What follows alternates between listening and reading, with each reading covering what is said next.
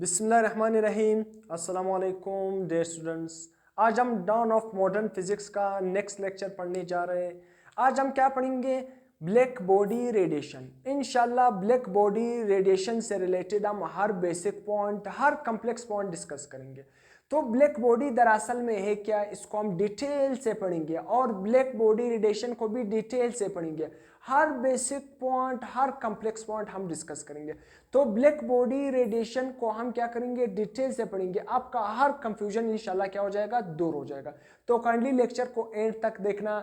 अगर आप चैनल पर नए हो तो चैनल को सब्सक्राइब कर देना, बेल आइकन की घंटी को पुश कर देना ताकि आपको तमाम आने वाली लेक्चर की नोटिफिकेशन मिल सके। लेक्चर को स्टार्ट करते हैं। Black body radiation.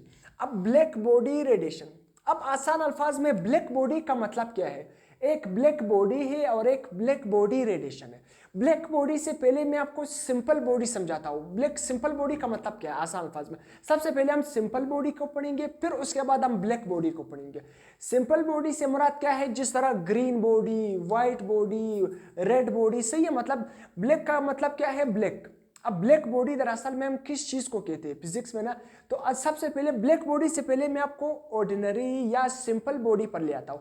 Simple body का मतलब क्या है? जिस तरह कोई भी चीज आपको ब्लू क्यों नजर आता है, कोई भी चीज आपको व्हाइट क्यों नजर आता है, कोई भी चीज आपको रेड क्यों नजर आता है, या कोई भी चीज आपको ग्रीन क्यों नजर आता है, तो ये सारे की सारे हमारे पास सिंपल बॉडी है, सारे की सारे ऑर्डिनरी बॉडीज है। तो आसान अल्फाज में सिंपल बॉडी। अब सिंपल बॉडी है क्या हमारे पास? मैंने यहाँ पर डायग्राम भी बनाया है। डायग्राम क्या बनाया है? ये हमारे पास क्या है? एक सिंपल बॉडी। और इस सिंपल बॉडी का कलर क्या है हमारे पास? ब्लू। यहाँ पर देखो आपको कलर भी नजर आ रहा होगा। इसका कलर क्या है? ब्लू। सबसे पहला क्वेश्चन मेरा आपसे कि ये जो बॉडी मैंने यहाँ पर बनाई हुई, ये नहीं ब्लू बॉडी, आपको ये ब्लू क्यों नजर आ रहा है ना?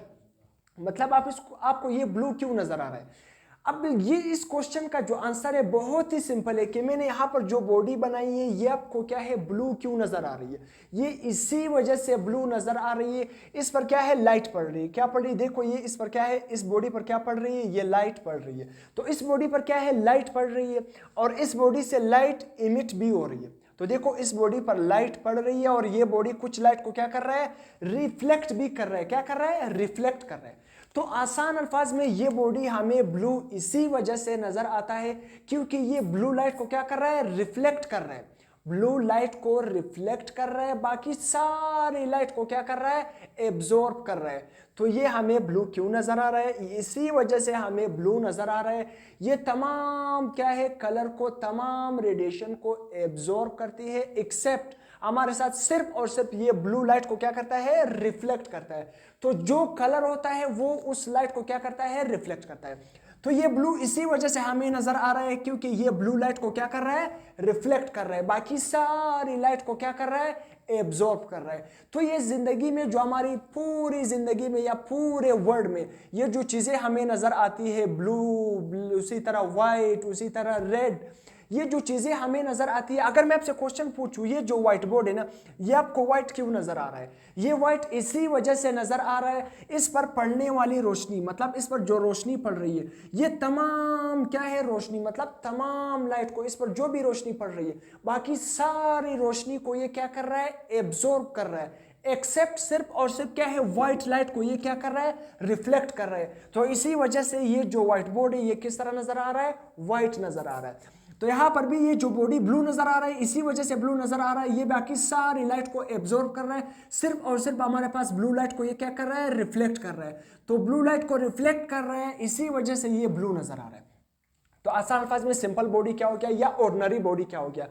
Blue light reflect and all other क्या है? एब्जॉर्ब। ये क्या कर रहा है? इसी वजह से हमें ब्लू नजर आ रहा है क्योंकि ये ब्लू लाइट को क्या कर रहा है? रिफ्लेक्ट कर रहा है, बाकी सारी लाइट को क्या करता है? ये एब्जॉर्ब करता है। अब दूसरा पॉइंट मैंने क्या लिखा है? When light fall on a simple body, जब भी सिंपल बॉडी पर लाइट पड़ती है, अब it absorb as well as reflect. तो इस सिंपल बॉडी पर जब लाइट पड़ गई है ना, इस पर जब हमने लाइट क्या है? छोड़ दिया इस सिंपल बॉडी पर, तो ये सिंपल बॉडी क्या कर रही है?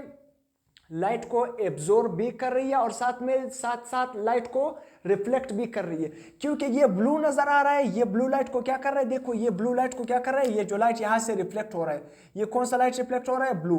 तो ब्लू लाइट को ये क्या कर रहा है, रिफ्लेक्ट कर रहा है, और बाकी सारी लाइट को ये क्या कर रहा है, एब्जॉर्ब कर रहा है। और साथ में मैंने ये ब्लैक से छोटे छोटे इस तरह क्या है, जो हमारे पास वेव्स लाइक एरोस बनाए, ये हमें क्या बता रहे हैं, ये हमें ये बता रहे हैं कि इस बॉडी से थर्मल रेडिएशन भी रिलीज हो रहे हैं। मतलब आसान अल्फाज से में इस बॉडी से थर्मल रेडिएशन भी क्या हो रहा है, रिलीज हो रहा है। ये तो हर बॉडी से रिलीज होती है। जिस भी बॉडी पर क्या है, हम लाइट को क्या है उस पर फॉल करवाते हैं, या किसी भी बॉडी को जब हम टेम्परेचर देते हैं तो उस बॉडी की जब टेम्परेचर बढ़ जाती है, क्यों बढ़ जाती है, या उस बॉडी की आसान अल्फाज में जब हम उस पर हाथ रखते हो तो गर्म हो जाती है। क्यों, क्योंकि जब हम किसी भी चीज पर लाइट पड़ते हैं, किसी भी चीज पर लाइट डालते हैं या किसी भी चीज को टेम्परेचर देते हैं, तो उसमें जो वो चीज किस चीज से बना होगा, एटम से बना होगा। तो उस एटम के दरमियान कोलिजन होती है, उस कोलिजन की वजह से उसका टेम्परेचर बढ़ जाता है। तो जब टेम्परेचर बढ़ जाता है तो उससे हीट क्या है, थर्मल रेडिएशन की फॉर्म में रिलीज होती है। तो इसी वजह से इस पर लाइट पड़ रही है, तो इसके अंदर जो एटम्स होंगे, ये बॉडी भी किस चीज से बना हुआ है, एटम से बना हुआ है। तो उस एटम पर जब लाइट पड़ेगी तो उसकी काइनेटिक एनर्जी बढ़ जाएगी। जब काइनेटिक एनर्जी बढ़ जाएगी तो एटम एक दूसरे के साथ क्या करेंगे, कोलाइड करेंगे। जब एटम एक दूसरे के साथ कोलाइड करेंगे तो इस बॉडी का टेम्परेचर बढ़ जाएगा। जब इस बॉडी का टेम्परेचर बढ़ जाएगा तो इससे क्या रिलीज होंगी, रेडिएशन, थर्मल रेडिएशन रिलीज होगी। ये तो हर बॉडी से रिलीज होती है। मगर हमारा मेन पॉइंट क्या था कि सिंपल बॉडी क्या है, लाइट को एब्जॉर्ब भी करती है और लाइट को रिफ्लेक्ट भी करती है। सही है, जो कलर होता है बॉडी का उस लाइट को रिफ्लेक्ट करती है, बाकी सारे कलर को एब्जॉर्ब करती है। तो ये मेन पॉइंट था। अब यहां पर क्या है, ब्लैक बॉडी पर हम आते हैं। अब हमारा मेन कंसेप्ट क्या है, ब्लैक बॉडी। अब ब्लैक बॉडी हमारे पास क्या है, black body it is an ideal object. अब आसान अल्फाज में सबसे पहले हम आइडियल ब्लैक बॉडी को पढ़ेंगे, फिर उसके बाद हम रियल ब्लैक बॉडी को पढ़ेंगे।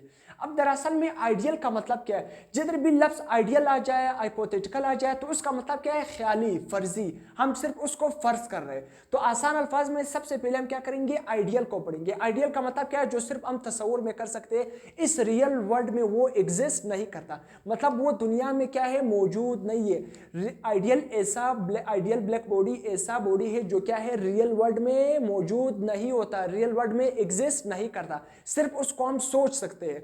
तो आइडियल का मतलब भी क्या है, हाइपोथेटिकल, सिर्फ क्या है, तस्वुर में जिसको हम सोच सकते हैं। तो ब्लैक बॉडी क्या है, it is an ideal object. जो ब्लैक बॉडी है वो हमारे पास क्या है, एक आइडियल ऑब्जेक्ट है। आइडियल का मतलब क्या है, जिसको हम सिर्फ तस्वुर कर सकते हैं। Absorb 100% of the radiation falling on it, बहुत ही इंपॉर्टेंट कंसेप्ट है। यहां पर ब्लैक बॉडी क्या है, जब भी ब्लैक बॉडी पर क्या होती है, 100% absorb of the radiation falling on it. जब भी इस पर रेडिएशन पड़ती है ब्लैक बॉडी पर, जब भी ब्लैक बॉडी पर लाइट पड़ती है, तो वो 100% लाइट को क्या करती है, एब्जॉर्ब करती है। जबकि ऑर्डिनरी बॉडी क्या कर रही थी, लाइट को रिफ्लेक्ट भी कर रही थी, लाइट को एब्जॉर्ब भी कर रही थी। मगर ब्लैक बॉडी क्या है, ब्लैक बॉडी ऐसा बॉडी है जिस पर भी लाइट पड़ती है तो वो 100% लाइट को, जब उस पर लाइट पड़ती है या रेडिएशन पड़ती है, तो वो 100% उसको क्या करती है, एब्जॉर्ब करती है। ब्रैकेट्स में मैं निकाल का है, नो रिफ्लेक्शन नो ट्रांसमिशन। तो ये आसान अल्फाज में ब्लैक बॉडी क्या हुआ, ब्लैक बॉडी ऐसा बॉडी है, हम क्या पढ़ रहे हैं, आप आइडियल ब्लैक बॉडी पढ़ रहे हैं। सही है, तो आइडियल ब्लैक बॉडी क्या है, ऐसा ब्लैक बॉडी है जिस पर भी रेडिएशन पड़ती है तो वो उस रेडिएशन को 100% क्या करता है, एब्जॉर्ब करता है। मतलब नो रिफ्लेक्शन नो ट्रांसमिशन, मतलब उस रेडिएशन को न तो वो रिफ्लेक्ट करता है और न तो ट्रांसमिट करता है, बल्कि 100% उसको क्या करता है, एब्जॉर्ब करता है। ये ब्लैक बॉडी का क्या हुआ, एक डेफिनेशन हो गया। दूसरा डेफिनेशन क्या है, emit maximum possible radiation at a given temperature. Black body का दूसरा क्या है, हमारे पास दूसरा कैरेक्टरिस्टिक क्या होता है, ब्लैक बॉडी ऐसा बॉडी होता है, अगर आप उसको टेम्परेचर दोगे, अगर आप उसको क्या दोगे, टेम्परेचर दोगे, तो वो 100% मतलब पॉसिबल मैक्सिमम, मतलब आपके साथ क्या है, 100% क्या है, वो रेडिएशन को इमिट करेगा। तो ब्लैक बॉडी की दो क्या हो गई प्रॉपर्टी। आपके साथ अगर कोई आपसे पूछे व्हाट इज ब्लैक बॉडी, तो आप कहोगे ब्लैक बॉडी ऐसा बॉडी है जो हमारे पास क्या है, 100% ऑफ लाइट को क्या करती है, एब्जॉर्ब करती है। जब भी उस पर रेडिएशन पड़ती है तो उस रेडिएशन को 100% क्या करती है, एब्जॉर्ब करने की सलाहियत रखती है। दूसरा डेफिनेशन क्या है, अगर आप ब्लैक बॉडी को क्या दोगे, टेम्परेचर दोगे, मतलब हीट दोगे, emit maximum possible radiation at a given temperature. जब भी आप टेम्परेचर दोगे, एक मखसूस टेम्परेचर दोगे, तो वो क्या है आपके साथ पॉसिबली मैक्सिमम, मतलब क्या है 100% रेडिएशन को वो क्या करेगा, इमिट करेगा। तो ये ब्लैक बॉडी होगी। अब हम आते हैं यहां पर डायग्राम पर, हमारे पास ये ब्लैक बॉडी है। अब मैं आपसे पूछ रहा हूं ये ब्लैक क्यों नजर आ रहा है, मेरे कपड़े ब्लैक क्यों नजर आ रहे हैं। ये जब फिजिक्स में ब्लैक का मतलब क्या है, कोई भी चीज ब्लैक इसी वजह से नजर आती है, जब भी उस पर लाइट पड़ती है ना, जब भी उस पर रेडिएशन पड़ती है ना, तो वो तमाम रेडिएशन को एब्जॉर्ब करती है। जब तमाम रेडिएशन को एब्जॉर्ब करती है, मतलब आसान अल्फाज में वो किसी भी रेडिएशन को रिफ्लेक्ट नहीं करता है। क्या है, रिफ्लेक्ट नहीं करता। ब्लैक बॉडी ऐसा बॉडी है, जब भी उस पर क्या है रेडिएशन पड़ती है या जब भी उस पर लाइट पड़ती है ना, तो वो तमाम के तमाम लाइट को क्या करता है, एब्जॉर्ब करता है। न तो लाइट को रिफ्लेक्ट करता है, न तो ट्रांसमिट करता है। इसी वजह से वो हमें क्या नजर आता है, ब्लैक। आप कहोगे ब्लैक फिर क्यों नजर आता है, ब्लैक इसी वजह से नजर आता है क्योंकि वो तमाम के तमाम लाइट को एब्जॉर्ब करता है, लाइट को रिफ्लेक्ट नहीं करता है। जब लाइट को रिफ्लेक्ट नहीं करेगा तो लाइट हमारी आंखों में नहीं पहुंचेगी। लाइट हमारे आंखों में जब नहीं पहुंचेगी तो वो चीज हमें किस तरह नजर आएगा, ब्लैक नजर आएगा। जिस तरह साइंटिस्ट ने डिस्कवर किया ब्लैक होल, ब्लैक होल क्या है हमारे पास, उसको ब्लैक होल का नाम क्यों दिया, उसको व्हाइट होल का नाम क्यों नहीं दिया, उसको हमारे पास रेड होल का नाम क्यों नहीं दिया, उसको ब्लू होल का नाम क्यों नहीं दिया। इसी वजह से उसको ब्लैक होल का नाम दिया क्योंकि वो ब्लैक बॉडी है, वो ब्लैक नजर आ रहा है। ब्लैक क्यों नजर आ रहा है, क्योंकि जब भी उस पर लाइट पड़ती है वो उस लाइट को क्या करती है, 100% एब्जॉर्ब करती है, किसी भी मतलब स्मॉल पोर्शन ऑफ लाइट को भी रिफ्लेक्ट नहीं करती। तो मैक्सिमम क्या है, जो ब्लैक होल है वो तमाम लाइट, जब भी उस पर लाइट पड़ती है तो वो तमाम लाइट को एब्जॉर्ब करती है, लाइट को रिफ्लेक्ट नहीं करती। जब लाइट को रिफ्लेक्ट नहीं करेगा तो लाइट रिफ्लेक्ट नहीं हो रही है, तो जब लाइट रिफ्लेक्ट नहीं होगा तो वो लाइट हमारी आंखों तक नहीं पहुंचेगी। तो जब लाइट हमारी आंखों तक नहीं पहुंचेगी तो वही चीज हमारे साथ किस तरह नजर आएगा, वही चीज हमें ब्लैक नजर आएगा। तो ये ब्लैक बॉडी का दरअसल में हमारे पास कंसेप्ट है। तो ब्लैक होल दरअसल में ब्लैक होल इसको नाम इसी वजह से दिया है क्योंकि वो ब्लैक इसी वजह से नजर आता है, जब भी उस पर लाइट पड़ती है तो वो 100% लाइट को क्या करती है, एब्जॉर्ब करती है। तो जब लाइट को वो एब्जॉर्ब करती है तो लाइट को वो रिफ्लेक्ट होने नहीं देती। जब लाइट रिफ्लेक्ट नहीं होगी तो आसान अल्फाज में वो ब्लैक नजर आएगा। तो जिधर भी लाइट रिफ्लेक्ट होगी तो लाइट हमारी आंखों तक पहुंचेगी। जब लाइट हमारी आंखों तक पहुंचेगी तो उस चीज का हमें कलर नजर आएगा। तो देखो ये ब्लैक हमें क्यों नजर आ रहा है, क्योंकि जब भी इस पर लाइट पड़ रही है, देखो लाइट पड़ रही है, ये तमाम के तमाम लाइट को क्या कर रहा है, एब्जॉर्ब कर रहा है। लाइट को क्या कर रहा है, एब्जॉर्ब कर रहा है। मतलब तमाम के तमाम लाइट को क्या कर रहा है, ये एब्जॉर्ब कर रहा है। मतलब लाइट को रिफ्लेक्ट नहीं कर रहा है, ना तो लाइट को ट्रांसमिट कर रहा है। इसी वजह से ये हमें किस तरह नजर आ रहा है, ब्लैक नजर आ रहा है। किस तरह नजर आ रहा है, ब्लैक। तो ब्लैक का कंसेप्ट आपको समझ आ गया। दुनिया में कोई भी चीज ब्लैक क्यों नजर आती है, जब भी उस पर लाइट पड़ती है तो वो तमाम के तमाम कलर को क्या करती है, या तमाम के तमाम रेडिएशन को वो एब्जॉर्ब करती है। किसी भी चीज को वो क्या है, मतलब लाइट को वो क्या करता है, रिफ्लेक्ट होने नहीं देता। जब लाइट को रिफ्लेक्ट होने नहीं देता तो उसी वजह से वो चीज हमें ब्लैक नजर आती है। अब यहां पर जब इस पर लाइट पड़ेगा ना, जब लाइट पड़ गया ना तो बिल्कुल अभी देखो यहां पर कोई भी लाइट रिफ्लेक्ट हो रहा है नहीं, किसी भी लाइट को ना तो रिफ्लेक्ट कर रहा है ना ट्रांसमिट। जबकि ऑर्डिनरी बॉडी हमारे पास क्या कर रहा था, रिफ्लेक्ट कर रहा था। ये हमारे साथ लाइट को रिफ्लेक्ट नहीं कर रहा है, बल्कि हमारे पास क्या है, सारी की सारी लाइट को मैक्सिममली क्या कर रहा है, एब्जॉर्ब कर रहा है। इसी वजह से लाइट को रिफ्लेक्ट नहीं कर रहा है और ये हमें किस तरह नजर आ रहा है, ब्लैक नजर आ रहा है। अब देखो थर्मल रेडिएशन भी इससे क्या होगी, रिलीज होगी। थर्मल रेडिएशन तो हर बॉडी से रिलीज होगी क्योंकि उसका जब उस पर लाइट पड़ेगी तो उसका टेम्परेचर इंक्रीज होगा, एटम के दरमियान कोलिजन होगी, तो उससे क्या होगी, हीट एनर्जी क्या होगी, रिलीज होगी in the form of thermal radiation. तो अब समझ आ गया कि ब्लैक बॉडी क्या है, ऑर्डिनरी बॉडी क्या है। तो ये बोर्ड, तो देखो जब हम पेज पढ़ते हैं, क्या बुक खोलते हैं ना, हम कोई भी लाइन पढ़ते हैं तो ये वर्ड्स हमें किस तरह नजर आते हैं, वर्ड्स हमें इसी तरह से नजर आते हैं। जब हम वर्ड को देखते हैं ना, जब हम पेज को देखते हैं तो आसान अल्फाज में जब उस पर रोशनी पड़ती है तो वो रोशनी रिफ्लेक्ट होती है, वापस हमारी आंखों में आती है। जब रोशनी रिफ्लेक्ट होती है वापस हमारे आंखों में क्या है, जब पेज पर रोशनी पड़ती है ना तो वो रोशनी रिफ्लेक्ट होकर हमारी आंखों में आती है, तो वो चीज या वो वर्ड हमें नजर आता है। जबकि ब्लैक चीज में ये खासियत नहीं है, जब भी ब्लैक चीज पर लाइट पड़ती है तो वो तमाम की तमाम लाइट को एब्जॉर्ब करती करती है, किसी भी पोर्शन ऑफ लाइट को वो रिफ्लेक्ट होने नहीं देता। जब लाइट को रिफ्लेक्ट नहीं करता है तो लाइट आसान अल्फाज में हमारे आंखों तक नहीं पहुंचेगा। जब लाइट हमारी आंखों तक नहीं पहुंचेगा तो आसान अल्फाज में वो चीज हमें किस तरह नजर आएगा, वो चीज हमें ब्लैक नजर आएगा, वो चीज हमें किस तरह नजर आएगा, ब्लैक नजर आएगा। तो यहां पर मैंने ब्लैक बॉडी के बारे में क्या लिखा है, light absorb, no reflection, no light appear as a black.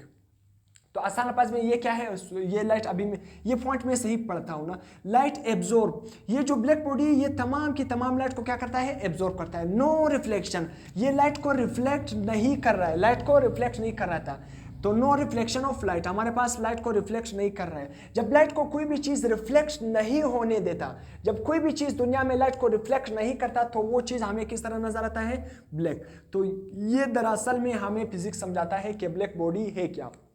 दुनिया में कोई चीज ब्लैक क्यों होता है, क्योंकि वो तमाम के तमाम लाइट को एब्जॉर्ब करता है, वो लाइट को रिफ्लेक्ट नहीं करता। जब लाइट को रिफ्लेक्ट नहीं करता तो वो लाइट हमारी आंखों तक नहीं पहुंचती, क्योंकि जब कोई भी चीज को हम देखते हैं ना तो वो चीज हमें, ये व्हाइट बोर्ड मुझे व्हाइट क्यों नजर आ रहा है, क्योंकि जब इस पर लाइट पड़ रही है बाकी सारी लाइट को ये एब्जॉर्ब कर रहा है एक्सेप्ट व्हाइट, और ये व्हाइट लाइट को रिफ्लेक्ट कर रहा है। जब व्हाइट लाइट को रिफ्लेक्ट कर रहा है तो इसी वजह से ये व्हाइट नजर आ रहा है, और वो व्हाइट लाइट को जब रिफ्लेक्ट कर रहा है वो हमारी आंखों तक पहुंच रहा है, तो ये हमें किस तरह नजर आ रहा है, व्हाइट। जबकि ब्लैक बॉडी को अल्लाह ताला ने किस तरह बनाया कि ब्लैक बॉडी हमें इसी वजह से ब्लैक नजर आती है, जब इस पर लाइट पड़ती है तो ये तमाम के तमाम लाइट को क्या करता है, एब्जॉर्ब करता है।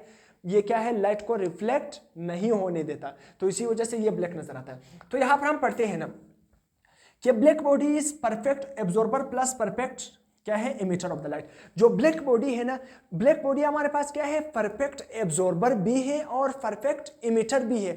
जब भी ब्लैक बॉडी पर लाइट पड़ती है तो वो तमाम के तमाम लाइट को क्या करता है, एब्जॉर्ब करता है। उसी तरह जब ब्लैक बॉडी को आप टेम्परेचर दोगे वो तमाम के तमाम क्या है, रेडिएशन को या हीट को क्या है, अपने से रिलीज करता है, इमिट करता है। तो इसी वजह से ब्लैक बॉडी क्या है, हमारे पास परफेक्ट एब्जॉर्बर भी है और परफेक्ट इमिटर ऑफ रेडिएशन भी है। जब हम ब्लैक बॉडी को टेम्परेचर देंगे तो वो मैक्सिमम रेडिएशन को क्या करेगा, रिलीज करेगा, इमिट करेगा। अब in real world there is no perfect black body. अब देखो, ये आपने भी पढ़ा होगा, एफिशिएंसी के बारे में पढ़ा होगा कि इस दुनिया में ना रियल चीज को जब हम भी पढ़ते हैं ना तो फ्रिक्शन की वजह से, एनर्जी लॉसेस की वजह से कोई भी चीज हमें 100% एफिशिएंट नहीं होता, मतलब 100% से कम होता है, 95 96 तक। तो इसी वजह से जो इस दुनिया में कोई भी ब्लैक बॉडी हम बनाते हैं तो वो ब्लैक बॉडी क्या है, 100% उसकी एफिशिएंसी नहीं होती है, कुछ एफिशिएंसी उसकी लॉस हो जाती है। आसान अल्फाज में वो 95 तक या 96 तक तो हो सकती है, मगर 100% कोई भी परफेक्ट हमारे पास क्या है, ब्लैक बॉडी नहीं हो सकती कि ये 100% लाइट को एब्जॉर्ब करेगा, 100% लाइट को इमिट करेगा। तो 100% सिर्फ और सिर्फ वही ब्लैक बॉडी लाइट को एब्जॉर्ब करेगा और इमिट करेगा, जो कौन सा ब्लैक बॉडी होगा, आइडियल ब्लैक बॉडी होगा। और आइडियल ब्लैक बॉडी सिर्फ हम तस्वीर में सोच सकते हैं, रियल वर्ल्ड में एग्जिस्ट नहीं करता। तो यहां पर हमारे पास रियल, बीबी का मतलब क्या है, ब्लैक बॉडी। जो रियल ब्लैक बॉडी होगा उसकी जो एफिशिएंसी होगी, एफिशिएंसी का मतलब क्या है, हमारे पास रेडिएशन को एब्जॉर्ब करना और रेडिएशन को इमिट करना, मतलब इसकी एफिशिएंसी लेस देन 100%, मतलब ये 100% से कम होगा। 100% से कम होने का मतलब क्या है, ये मैक्सिममली लाइट को एब्जॉर्ब करेगा, मतलब 90 to 95 इसकी एफिशिएंसी इतनी हो सकती है, मतलब 100 से कम हो सकता है, या तो 99 या तो 96 या तो 97, 100% एफिशिएंसी नहीं हो सकती, क्योंकि रियल वर्ल्ड में लॉसेस तो हो सकते हैं फ्रिक्शन की वजह से, किसी भी दूसरी वजह से। तो इसी वजह से जो रियल ब्लैक बॉडी की एफिशिएंसी होगी, एफिशिएंसी का मतलब क्या है, लाइट को एब्जॉर्ब करना और इमिट करना, वो 100% से क्या होगा, कम होगा। 100% से क्या होगा, कम होगा।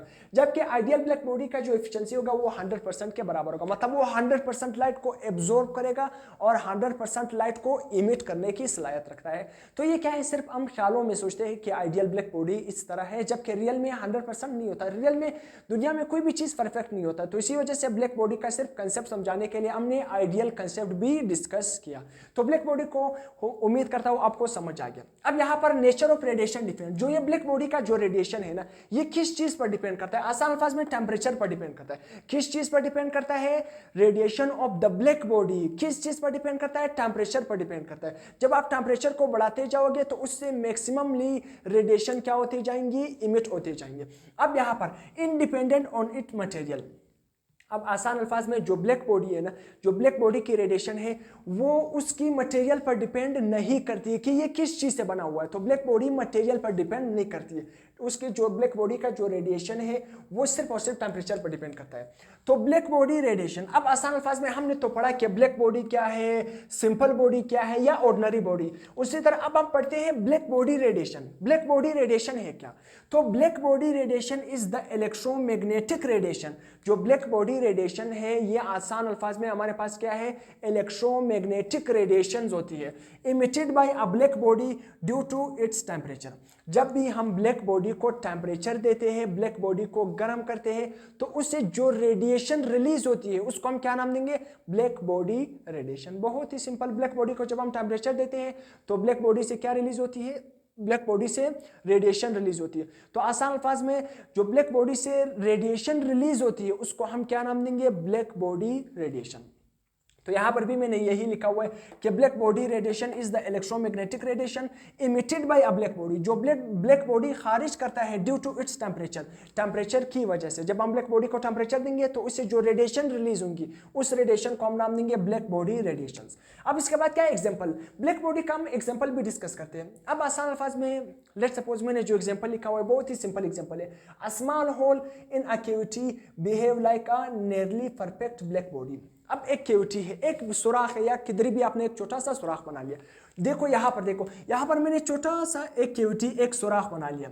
तो इस सुराख, देखो इस कैविटी में मैंने एक छोटा सा सुराख छोड़ दिया और इस सुराख से क्या इंटर हो रही है, ये जो हमारे पास रोशनी इंटर हो रही है। जब रोशनी इससे इंटर होगी ये हमारे पास ब्लैक बॉडी की तरह किस तरह बिहेव करेगा। ब्लैक बॉडी तो हमने पढ़ा ये क्या करती है, मैक्सिममली लाइट को एब्जॉर्ब करती है जब हम इसको टेम्परेचर देते हैं, और ये मैक्सिममली लाइट को या रेडिएशन को इमिट करती है। तो ये ब्लैक बॉडी की खासियत होती है। तो यहाँ पर जब मैंने इसको इस पर लाइट छोड़ दिया ना, तो इस ब्लैक बॉडी पर मैंने लाइट छोड़ दिया, इसका अंदर वाला सरफेस देखो मैंने स्मूथ नहीं बनाया, देखो रफ है, इस तरह क्या है, रफ सरफेस मैंने इसका बनाया। इसका फायदा यह है जब भी लाइट आएगी तो लाइट इस तरह रिफ्लेक्ट होगी, एक दूसरे में रिफ्लेक्ट होगी। अगर बिल्कुल स्मूथ था, जब लाइट यहाँ पर आ जाएगी तो वापस रिफ्लेक्ट होगी, वापस बाहर जाएगी। तो ब्लैक बॉडी का तो ये खासियत नहीं होता है। तो इसी वजह से मैंने अंदर सरफेस क्या है, इरेगुलर बनाया। इरेगुलर इसी वजह से बनाया ताकि जब भी लाइट आ जाए तो मल्टीपल रिफ्लेक्शन हो जाए, सही है। अगर सीधा आ जाए तो वो क्या हो जाए, जब भी अंदर यहाँ पर लग जाए तो उधर रिफ्लेक्ट हो जाए इधर। मतलब क्या है इसमें, मल्टीपल रिफ्लेक्शन की वजह से। किसकी वजह से, मल्टीपल रिफ्लेक्शन। तो मल्टीपल रिफ्लेक्शन की वजह से, मल्टीपल रिफ्लेक्शन की वजह से मैंने इसका अंदर वाला जो सरफेस है ना वो किस तरह बनाया, इरेगुलर बनाया। तो जब भी इस पर लाइट आएगी तो ये लाइट क्या है, मल्टीपल फॉर्म है, यहाँ पर पड़ गई, फिर यहाँ पर आ गई, फिर यहाँ पर आ गई, फिर यहाँ पर आ गई, फिर यहाँ पर। तो इसी तरह होते होते मल्टीपल रिफ्लेक्शन के बाद ये तमाम के तमाम जो लाइट है, जो रेडिएशन है, इसको एब्जॉर्ब करेगा। मतलब किसी भी चीज़ को ये इमिट नहीं करेगा। तो ये हमारे पास क्या बना, ब्लैक बॉडी बना। तो ब्लैक बॉडी क्या है, जो लाइट को या रेडिएशन जब उस पर पड़ती है तो उसको क्या करता है, एब्जॉर्ब करता है। तो इसको भी देखो, जब इस पर लाइट पड़ी तो लाइट ने उस पर, इसमें इसके अंदर मल्टीपल रिफ्लेक्शन हो गया लाइट का, और उसने आहिस्ता आहिस्ता तमाम लाइट को एब्जॉर्ब किया। कोई भी लाइट देखो इस स्मॉल होल में से, स्मॉल होल में से बाहर नहीं लिखना, तो कोई भी लाइट रिफ्लेक्ट नहीं हो गया। तो जब लाइट रिफ्लेक्ट नहीं हो रहा है तो आसान अल्फाज में तमाम का तमाम लाइट यहाँ पर एब्जॉर्ब हो रहा है। तो इसी वजह से ये किस तरह बिहेव करेगा, ब्लैक बॉडी की तरह बिहेव करेगा। तो यहाँ तक आप इसको नोट कर सकते हो। इसके बाद हम क्या करेंगे, नेक्स्ट पॉइंट डिस्कस करेंगे ब्लैक बॉडी के जो कुछ लॉज है ब्लैक बॉडी से रिलेटेड। अब ब्लैक बॉडी रेडिएशन से रिलेटेड हम कुछ लॉज को डिस्कस करेंगे। सबसे पहला हमारे पास क्या है, इंटेंसिटी डिस्ट्रीब्यूशन डायग्राम। अब जो ब्लैक बॉडी से जो रेडिएशन इमिट होती है ना, जब ब्लैक बॉडी को हम टेम्परेचर देंगे तो उस ब्लैक बॉडी से मैक्सिमम क्या रिलीज होंगी, रेडिएशन रिलीज होगी। मैंने आपको समझाया एक आइडियल ब्लैक बॉडी है और एक रियल। आइडियल का मतलब क्या है, ऐसा ब्लैक बॉडी जो रेडिएशन को, जब उस पर रेडिएशन पड़ती है या लाइट पड़ती है तो उस लाइट को क्या करती है, आइडियल, अगर आइडियल होगी तो उस लाइट को या रेडिएशन को वो 100% क्या करेगा, एब्जॉर्ब करेगा। या जब आप उसको टेम्परेचर दोगे आइडियल ब्लैक बॉडी को तो उससे जो रेडिएशन होगी वो 100% या मैक्सिमम रेडिएशन उससे इमिट होगी। मगर जो रियल ब्लैक बॉडी है, रियल ब्लैक बॉडी का भी यही डिफिनेशन है, मगर रियल ब्लैक बॉडी ऐसी ब्लैक बॉडी होती है जिस पर लाइट पड़ती है या जब जिस पर रेडिएशन पड़ती है तो वो भी क्या है, रेडिएशन को मैक्सिमम एब्जॉर्ब करता है, 100% नहीं, मैक्सिमम एब्जॉर्ब करता है, 95, 96, 97, मगर 100% रियल क्या है, रियल ब्लैक बॉडी एब्जॉर्ब नहीं करती है। तो रियल ब्लैक बॉडी क्या है, जब उस पर रेडिएशन पड़ती है या लाइट पड़ती है तो वो क्या करती है, उस लाइट को मैक्सिममली एब्जॉर्ब करती है, तो उससे कोई भी लाइट रिफ्लेक्ट या ट्रांसमिट नहीं होती। उसी तरह जब रियल ब्लैक बॉडी को आप टेम्परेचर देते हो तो उस टेम्परेचर की वजह से उससे भी मैक्सिममली रेडिएशन इमिट होती है। तो ये हमारे पास ब्लैक बॉडी का एक कंसेप्ट है, मैंने सिर्फ वापस एक रिकेप दिया। तो अब ब्लैक बॉडी से रिलेटेड जो लॉज है, सबसे पहले इंटेंसिटी डिस्ट्रीब्यूशन लॉ। अब ब्लैक बॉडी से जो रेडिएशन निकलती है उस रेडिएशन की हमने इंटेंसिटी को देखना है, शिद्दत को देखना है।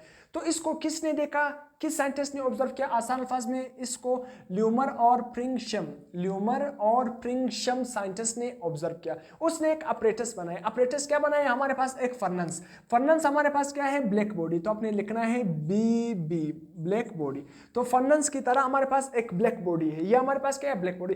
जिस तरह मैंने आपको एग्जांपल दिया ना कि ब्लैक बॉडी आप किस तरह बना सकते हो ना, आप कहते हो अगर आपने ब्लैक बॉडी बनाना है तो ब्लैक बॉडी आप किस तरह बना सकते हो, जिस तरह अभी यहाँ पर मैंने एग्जांपल दिया, मैंने एक कैविटी, खुद से एक सुराख बनाया ना, एक कैविटी किसी भी चीज में, उसमें से मैंने थोड़ा सा होल छोड़ दिया ना, उसमें से मैंने जब लाइट को इंटर किया तो वो सारी की सारी लाइट उसी में एब्जॉर्ब हो गई, कोई भी लाइट उससे रिफ्लेक्ट नहीं हुई। तो हमारे पास वो स्मॉल कैविटी किस तरह एक्ट करा था, यहाँ पर मैंने डायग्राम भी बनाया था, ब्लैक बॉडी की तरह एक्ट करा था। तो आप कोई भी चीज को इस तरह ब्लैक बॉडी की तरह बना सकते हो। तो यहाँ पर भी ये ब्लैक बॉडी की इंटेंसिटी, उससे जो रेडिएशन रिलीज हो रही है उस रेडिएशन की इंटेंसिटी को ये क्या है, चेक करना चाहता था। तो ल्यूमर और प्रिंगशम, उसने एक फर्नेंस लिया और वो बिल्कुल ब्लैक बॉडी की तरह था, और उसने सामने क्या लगाया था, कनकेव मिरर लगाया था। मिरर क्या है, लाइट को क्या करता है, रिफ्लेक्ट करता है, लाइट को क्या करता है, रिफ्लेक्ट, लाइट को क्या करता है, रिफ्लेक्ट। और लेंस, जिस तरह हमारी आंखों में लेंस है, कैमरे वगैरह में लेंस है, लेंस का काम क्या है, लाइट को रिफ्रैक्ट, मतलब लाइट को अपने से पास होने देता है, जबकि जो मिरर होता है उस पर जब लाइट पड़ती है तो वापस रिफ्लेक्ट होती है। तो ये कनकेव मिरर था, जब इस पर लाइट फर्नेंस से, ब्लैक बॉडी से, आसान अल्फाज में ये जो फर्नेंस है, ये हमारे पास ब्लैक बॉडी है, इससे लाइट निकली तो यहाँ पर कनकेव मिरर पर पड़ी, इस कनकेव मिरर ने लाइट को रिफ्लेक्ट किया। तो आगे हमने एक प्रिज्म रखा था, तो इस प्रिज्म पर जो ये रिफ्लेक्टेड लाइट थी ना, ये जो लाइट है, ये जो रिफ्लेक्ट हो रही है ना, रिफ्लेक्टेड लाइट थी, ये जो रिफ्लेक्टेड रेज थी, हमने आगे एक प्रिज्म लगाया था। जब इस प्रिज्म पर लाइट लगी तो इस प्रिज्म ने लाइट को क्या कर दिया, डिस्पर्स कर दिया। जब भी हम लाइट प्रिज्म से व्हाइट लाइट को गुजारते हैं ना, तो वो व्हाइट लाइट हमें कितनी कलर में डिस्ट्रीब्यूट हो जाती है, 7 कलर में डिस्ट्रीब्यूट हो जाती है। तो यहाँ पर भी जब प्रिज्म पर हमारे पास रेडिएशन पड़ी तो उसने क्या किया, लाइट को डिस्पर्स किया। लाइट को क्या है, प्रिज्म का काम क्या है, लाइट को डिस्पर्स करना, डिस्पर्शन क्या है, लाइट का क्या करना, डिस्पर्शन करना, उसने लाइट को फैला दिया। तो आगे से फिर हमने एक और कनकेव मिरर लगाया था, या आसान अल्फाज में कनकेव रिफ्लेक्टर, इसका काम भी क्या है, लाइट को रिफ्लेक्ट करना। तो ये प्रिज्म से जो लाइट डिस्पर्स हो गई इस कनकेव रिफ्लेक्टर पर लग रही थी और इसने वापस लाइट को रिफ्लेक्ट कर दिया। आगे हमने ये जो ब्लू बनाया है, इस पर हमारे पास ये हमारे पास क्या है, ये जो लाइट है ये यहाँ पर आ गई, इस पर लगी, ये हमारे पास क्या है, डिटेक्टर। और ये डिटेक्टर हमारे पास किसके साथ अटैच होता है, गैल्वानो, जी का मतलब क्या है, गैल्वानोमीटर से अटैच होता है। और वो गैल्वानोमीटर हमें बताता है कि इस रेडिएशन की इंटेंसिटी क्या है। तो उस रेडिएशन की इंटेंसिटी को इन लोगों ने एक ग्राफ से हमें एक्सप्लेन करवाया, किसने, ल्यूमर और प्रिंगशम ने। अब हमारे पास ये graph, observe the intensity of the radiation, इन लोगों ने इस ऑपरेटस से क्या किया, इस ऑपरेटस से मेन काम क्या था कि उसने रेडिएशन की इंटेंसिटी को ऑब्जर्व किया।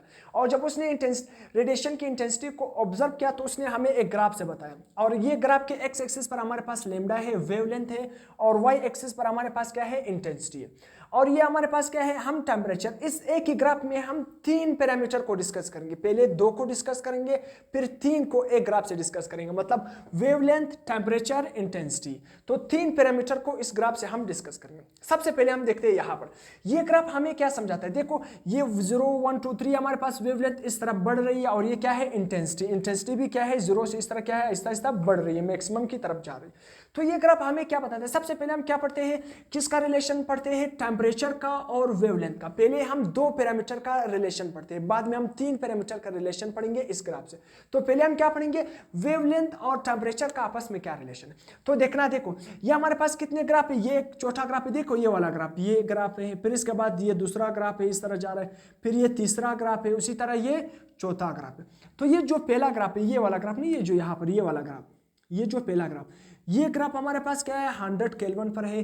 दूसरा इसके बाद ये वाला ग्राफ हमारे पास क्या है, ये वाला ग्राफ किस टेम्परेचर पर है 1260 केल्विन पर है। तीसरा ग्राफ हमारे पास किस पर है, ये वाला, ये 1450 केल्विन पर है, मतलब 1450 केल्विन पर है। जबकि हमारे पास ये ग्राफ जो हमारे पास क्या है 40, फिर इसके बाद क्या है ये जो सबसे ऊपर वाला ये ग्राफ हमारे पास क्या है 1650 केल्विन पर है। तो आज देखो टेम्परेचर क्या है बढ़ रहा है।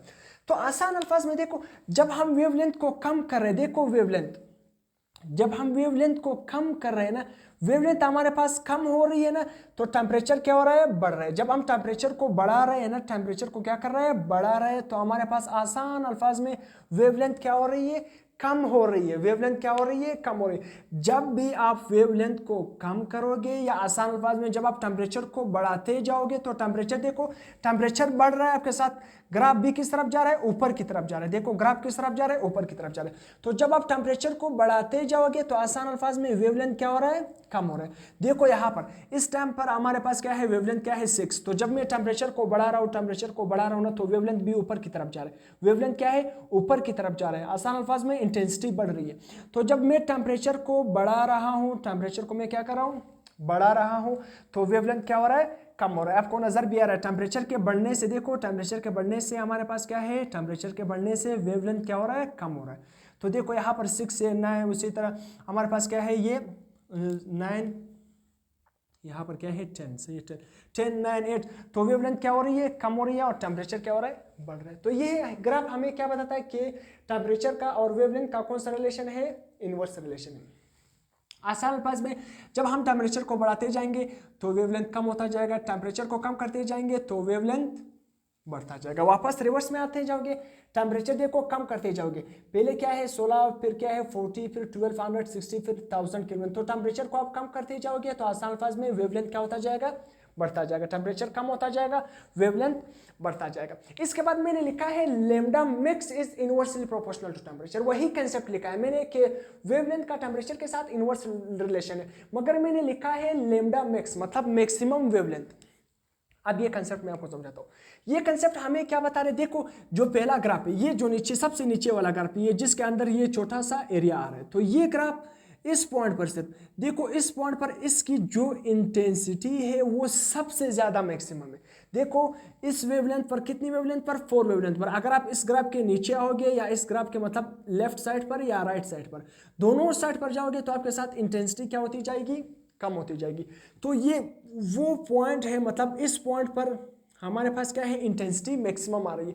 तो देखो ये जो वेवलेंथ है, किस वेवलेंथ पर, आसान अल्फाज में मैं कह रहा हूँ 4 वेवलेंथ पर, यहाँ पर जो हमारे पास क्या है इंटेंसिटी क्या है इस ग्राफ का सबसे ज्यादा आ रहा है। तो इसी वजह से हम कहते हैं ये जो वेवलेंथ है इस ग्राफ के लिए सबसे इंपॉर्टेंट वेवलेंथ है। तो इसी वजह से हम कहते हैं लैम्डा मैक्स। हम क्या लगाते हैं लैम्डा मैक्स। तो लैम्डा मैक्स हम क्यों लिखते हैं, इसी वजह से लिखते हैं जो ये ग्राफ है मेरे पास इस 4 वेवलेंथ पर इसकी इंटेंसिटी सबसे ज्यादा मैक्सिमम है, तो हम लिखते हैं lambda max is inversely proportional to temperature. तो इस लैम्डा मैक्स से अगर आप नीचे जाओगे या दूसरी एक तरफ भी जाओगे दूसरी तरफ भी जाओगे तो आपके साथ इंटेंसिटी क्या होती जाएगी कम होती जाएगी। अब दूसरा एग्जांपल मैं आपको देता हूं, ये जो दूसरा ग्राफ है ना, इस पॉइंट पर देखो मैंने ये डॉटेड लाइन भी लगाया है, इस पॉइंट पर देखो 4 से नीचे ऑलमोस्ट यहाँ पर क्या आ रहा होगा 3, यहाँ पर क्या है 3.5 या 3.6। ये जो 3.6 वेवलेंथ है ना इस ग्राफ के लिए क्या है एक किस्म का लकी वेवलेंथ है। लकी वेवलेंथ का मतलब क्या है सबसे इंपॉर्टेंट वेवलेंथ है, मतलब इस वेवलेंथ पर इस ग्राफ की इंटेंसिटी सबसे मैक्सिमम आ रही है। तो इसी वजह से इस लैम्डा को हम क्या नाम देंगे, या इस वेवलेंथ को हम क्या नाम देंगे लैम्डा मैक्सिमम। क्या नाम देंगे लैम्डा मैक्सिमम। तो इस मैक्सिमम मतलब इस मैक्सिमम इंटेंसिटी से आप इस तरफ आओगे या इस तरफ आओगे, दोनों तरफ आपके साथ क्या होगी इंटेंसिटी कम होती जाएगी। अब तीसरे इस ग्राफ पर इस पॉइंट पर देखो जो मैंने डॉटेड लाइन लगाया है किस पॉइंट पर आ रहा है 3 पर आ रहा है। देखो ये किस पर आ रहा है 3 पर। तो ये जो 3 वेवलेंथ है ना, जो 3 हमारे पास क्या है वेवलेंथ है इस ग्राफ के लिए क्या है आसान अल्फाज में एक इंपॉर्टेंट वेवलेंथ है। क्यों इंपॉर्टेंट वेवलेंथ है, इस वेवलेंथ पर इस ग्राफ की इंटेंसिटी सबसे ज्यादा आ रही है। तो इस वेवलेंथ को हम किस तरह लिखेंगे लैम्डा मैक्स। लैम्डा मैक्स का मतलब ये नहीं है कि मैक्सिमम वेवलेंथ, लैम्डा मैक्स का मतलब ये है कि इस वेवलेंथ पर हमारे पास इस ग्राफ की इंटेंसिटी मैक्सिमम आ रही है। तो दूसरा ये ग्राफ है, देखो इस पॉइंट पर देखो हमारे पास क्या है लैम्डा मैक्स क्या है ऑलमोस्ट क्या है 3 से इस तरफ 2.3 या 2.5 तक हमारे पास क्या है, लेमडा क्या है, मैक्सिमम आ रहा है। तो इस वेवलेंथ को हम क्या नाम देंगे, लेमडा मैक्स। अब ये हमें रिजल्ट क्या दे रहा है, lambda max is inversely proportional to temperature. देखो लेमडा जिस तरह हम क्या है टेम्परेचर बढ़ा रहे हैं, देखो टेम्परेचर हमारे पास बढ़ रहा है तो लेमडा मैक्स, पहले ग्राफ का लेमडा मैक्स किस पर आ रहा है 4, दूसरे ग्राफ का लेमडा मैक्स क्या है 4 से कम, तीसरे ग्राफ का लेमडा मैक्स क्या है 3, चौथे ग्राफ का लेमडा मैक्स अप्रोक्सीमेटली 2 के करीब है। तो देखो आसान अल्फाज में लेमडा मैक्स क्या हो रहा है, कम हो रहा है। लेमडा मैक्स क्या हो रहा है, देखो एक पहले ग्राफ का जो छोटा ग्राफ है लेमडा मैक्स 4 आ रहा है, दूसरे का फिर 4 से कम अल्फाज क्या है 3.6 या 7 तक के करीब आ रहा है। इसके बाद इस तीसरे ग्राफ का देखो लेमडा मैक्स 3 पर आ रहा है, फिर इस ग्राफ का लेमडा मैक्स अप्रोक्सीमेटली 2 पर आ रहा है। तो लेमडा मैक्स क्या हो रहा है, कम हो रहा है जिस तरह टेम्परेचर को हम बढ़ा रहे हैं। तो टेम्परेचर देखो बढ़ रहा है, टेम्परेचर हम बढ़ा रहे हैं। देखो जब टेम्परेचर, पहले ग्राफ का टेम्परेचर कम, दूसरे ग्राफ का टेम्परेचर ज्यादा, तीसरे ग्राफ का टेम्परेचर उससे ज्यादा, चौथे ग्राफ का टेम्परेचर उससे ज्यादा। तो जिस तरह हम टेम्परेचर बढ़ा रहे हैं तो हमारे पास जो कंसेक्यूटिव ग्राफ है उसका लेमडा मैक्स क्या हो रहा है, लेमडा मैक्स कम हो रहे हैं, लेमडा मैक्स कम हो रहा है। तो इसको हम इस तरह भी लिखते हैं कि lambda max is inversely proportional to temperature. तो ये लेमडा मैक्स की क्या है हमारे पास आसान सी कहानी है। तो इस ये ग्राफ हमें क्या बताता है कि energy distribution is non uniform, जो एनर्जी की डिस्ट्रीब्यूशन है वो नॉन यूनिफॉर्म आ रही है। देखो एनर्जी हमारे पास क्या है, नॉन यूनिफॉर्मली क्या हो रही है, डिस्ट्रीब्यूट हो रही है। किस तरह नॉन यूनिफॉर्मली डिस्ट्रीब्यूट हो रही है, जब हम टेम्परेचर को क्या है बढ़ा रहे हैं तो पहले देखो हमारे पास क्या है, हमने वेवलेंथ को बढ़ाया, तो वेवलेंथ को बढ़ा लिया, हमारे पास इंटेंसिटी बढ़ रही है, फिर एक खास पॉइंट पर इंटेंसिटी मैक्सिमम, फिर से इंटेंसिटी क्या हो रही है, डिक्रीज हो रही है। तो हमें एक कॉन्स्टेंट ग्राफ नहीं मिल रहा है, इंटेंसिटी बढ़ गया एक खास टेम्परेचर पर, एक खास वेवलेंथ पर, फिर उसके बाद क्या है इंटेंसिटी कम हो रही है। तो ये हमें क्या है, एक नॉन यूनिफॉर्म किस्म का ग्राफ, मतलब non uniform distribution of energy मिल रही है। तो इसी वजह से जो ल्यूमर और फ्रिशम को हमारे पास प्रिंगशम को क्या मिला कि एनर्जी किस तरह है, नॉन यूनिफॉर्मली डिस्ट्रीब्यूटेड, क्योंकि ये ग्राफ भी हमें बता रहे हैं जो एनर्जी क्या है वो नॉन यूनिफॉर्मली डिस्ट्रीब्यूटेड है। इसके बाद वेन्स डिस्प्लेसमेंट ला, इसी रिलेशन को क्या है वेन्स, एक साइंटिस्ट ने उसने एक ला बनाया, उसने बताया वेन्स डिस्प्लेसमेंट, उसको उसने क्या नाम दिया, वेन्स डिस्प्लेसमेंट ला। वेन्स डिस्प्लेसमेंट ला क्या है, यही जो अभी हमने ग्राफ से एक्सप्लेन किया। उसने बताया कि लेमडा मैक्स का टेम्परेचर के पास, टेम्परेचर के साथ कौन सा रिलेशन है, इनवर्स। तो प्रोपोर्शनलिटी सिंबल को खत्म करेंगे, हम क्या लगाएंगे, कांस्टेंट। तो lambda max is equal to constant divided by temperature. तो आसान अल्फाज में टेम्परेचर यहां पर डिवाइड हो रहा है तो इस साइड पर आकर क्या हो जाएगा, मल्टीप्लाई। टेम्परेचर किसके साथ मल्टीप्लाई हो जाएगा, लेमडा मैक्स। तो कांस्टेंट किसके इक्वल आएगा, लेमडा मैक्स इनटू टेम्परेचर। अब ये जो कांस्टेंट है ना, इस कांस्टेंट की वैल्यू क्या है, इस कांस्टेंट की वैल्यू हमारे पास क्या है 2.9 मल्टीप्लाई बाय 10 की पावर -3, ये क्या है -3 इनटू मीटर, और साथ में क्या है केल्विन, मीटर इनटू केल्विन, क्योंकि हमारे पास कांस्टेंट किसके इक्वल है, वेवलेंथ की इक्वल है, और टेम्परेचर, वेवलेंथ का यूनिट क्या है मीटर, टेम्परेचर का यूनिट क्या है केल्विन। तो आसान अल्फाज में कांस्टेंट का यूनिट क्या बन जाएगा, मीटर इनटू केल्विन। तो हमारे पास ये इसकी कांस्टेंट की वैल्यू है और ये इसका क्या बन जाएगा, यूनिट, मीटर इनटू केल्विन। अब क्लासिकल थ्योरी हमें क्या कहती है, ये जो ग्राफ, ये जो ऑब्जर्वेशन हमें मिला ना, ये क्लासिकल थ्योरी के अगेंस्ट था। मतलब क्लासिकल थ्योरी के क्या है, बिल्कुल उसको एग्जैक्टली, मतलब क्लासिकल थ्योरी थी जो हमारे पास, जो अब तो हम स्पेशल थ्योरी ऑफ रिलेटिविटी जो आइंस्टाइन की थ्योरी है इसको पढ़ रहे हैं ना, तो ये जो हमारे पास क्या है, जो मॉडर्न हमारे पास क्या है स्पेशल थ्योरी है ना, तो वो स्पेशल थ्योरी के रिलेटेड ये ग्राफ स्पेशल थ्योरी को फॉलो नहीं कर रहे थे, मतलब उसके अगेंस्ट थे। तो क्लासिकल थ्योरी में कुछ लिमिटेशन दिया हमारे पास। क्लासिकल थ्योरी हमें क्या कहती है कि टेम्परेचर का इंटेंसिटी के साथ डायरेक्ट रिलेशन है, जबकि हमारे पास और इन दोनों का वेवलेंथ के साथ कौन सा रिलेशन है, इनवर्स रिलेशन है। कौन सा रिलेशन है, इनवर्स। अगर ये हमें क्या कहता है, अगर हम टेम्परेचर को बढ़ा देंगे तो इंटेंसिटी भी क्या होती जाएगी, बढ़ जाएगी, और आसान अल्फाज में वेवलेंथ क्या होता जाएगा, कम होता जाएगा। अगर हम टेम्परेचर को कम करेंगे तो इंटेंसिटी भी क्या हो जाएगा, कम हो जाएगा, और वेवलेंथ क्या हो जाएगा, बढ़ जाएगा, हर कंडीशन में। जबकि ये ग्राफ, ये जो ग्राफ हमें बता रहे हैं, graph is against the classical theory. ये जो ग्राफ है ये क्लासिकल थ्योरी के अगेंस्ट है। क्यों, देखो जब हम टेम्परेचर को बढ़ा रहे हैं, देखो टेम्परेचर पहले ग्राफ के लिए ये है, दूसरे ग्राफ के लिए हम और बढ़ा दिया, तीसरे ग्राफ के लिए हमने और बढ़ा दिया, ये जो चौथी ग्राफ है इसके लिए हमने और बढ़ा दिया।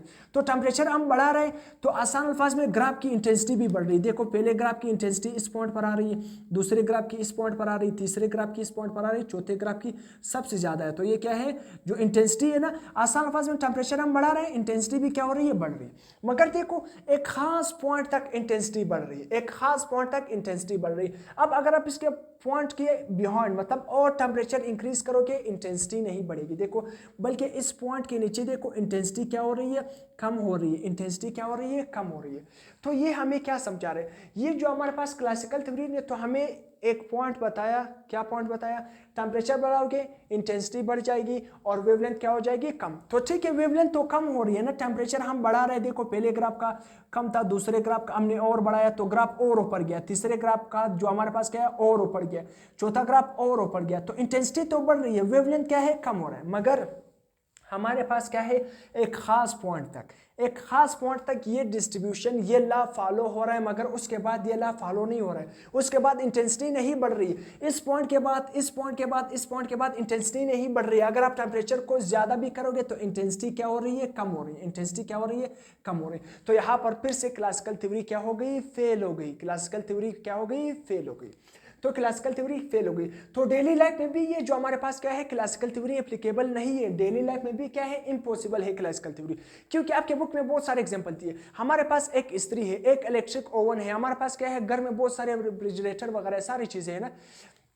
मेनली जो इलेक्ट्रिक ओवन है या हमारे पास एक आयरन है, इस्त्री, जब हम कपड़े से इस्त्री करते हैं, जब वो बहुत ज्यादा क्या है, गर्म हो जाता है, जब उसकी इंटेंसिटी, गर्माइश की मतलब उसकी टेम्परेचर की इंटेंसिटी बहुत ज्यादा बढ़ जाती है, तो ऑटोमेटिकली क्या हो जाता है, ऑफ हो जाता है। तो उसी तरह जब इलेक्ट्रिक ओवन में कोई भी चीज गर्म करते हैं तो वो आहिस्ता आहिस्ता किसी भी चीज को गर्म कर रहा होता है, गर्म कर रहा होता है, एक खास पॉइंट तक उसकी इंटेंसिटी बढ़ जाती है, मगर फिर उसके बाद उसकी इंटेंसिटी खुद ब खुद डिक्रीज हो जाती है। अगर ये इंटेंसिटी बढ़ती जाती है, बढ़ती जाएगी अप टू टेम्परेचर भी बढ़ रहा है, इंटेंसिटी भी बढ़ती जाएगी, तो ये हमारे पास क्या है, डिस्ट्रक्शन का नाम बढ़ेगा। तो अगर एक इलेक्ट्रिक ओवन के अंदर हमने कोई भी चीज लगा, टेम्परेचर हम दे रहे और वो भी अंदर से उसकी इंटेंसिटी मतलब गर्माई की इंटेंसिटी बढ़ रही है, तो उसके अंदर जो हमने चीज रखा है वो तो जल जाएगा।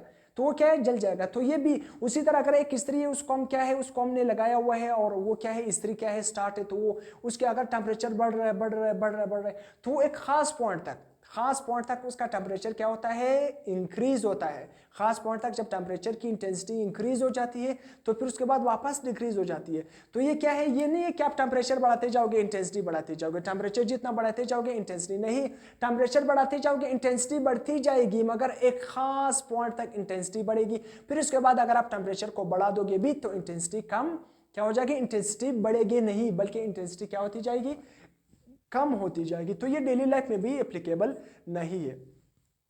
अब हमारे पास क्या है, एरिया अंडर द ग्राफ।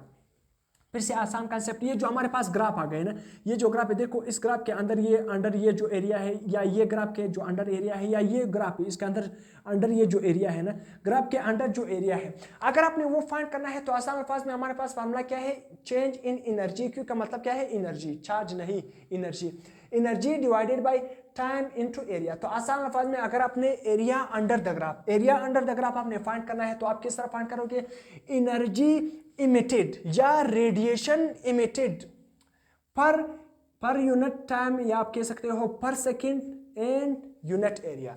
तो radiation emitted by a body per unit, आसान अल्फाज में per second and per unit area.